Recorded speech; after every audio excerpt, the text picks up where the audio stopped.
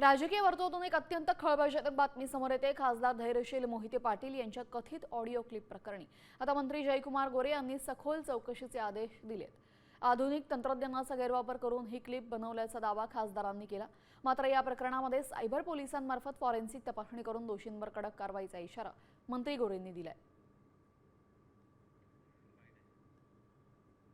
आज सगळ्यात म्हणजे सत्ता असू नाही तर नसू